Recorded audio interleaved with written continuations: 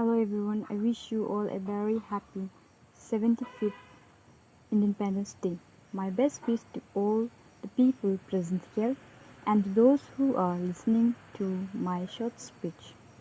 Today is most special for all of us because as today our great country has completed 75 years of independence, which the whole country in is celebrating 15 August is a great day for every Indian, whether at home or abroad.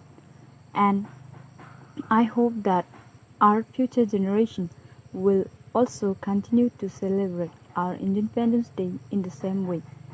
Today, I have got a chance to speak Independence Day speech for 15 August in which I feel honored.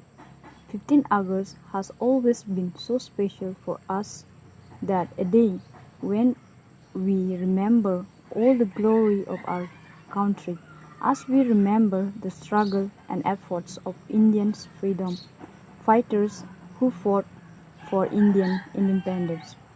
Indian Independence Day of India not only saw the Independence Day of India from the rule of British, but it also saw the power of this country. India has progressed a lot since 1947 and so on its way to become a superpower. Today, as we remember all the achievements of our country on Independence Day, let us not forget our soldiers. Thanks to our brave soldiers that we can live in peace in our country because of them, as we know, they are always there to protect us. I bow to all those people who have contributed to fulfill the hope and aspirations of all citizens for the development of independence India, for peace, for prosperity. Today, I also salute them from the bottom of my heart. On this Independence Day, we should take a plea to build the nation, develop the nation, and maintain its honor.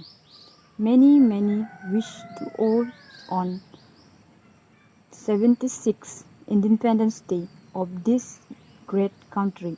We must take an oath to be responsible and well-educated citizens of tomorrow, India, and we should do our duty honestly and we should always be ready to protect it from bad people.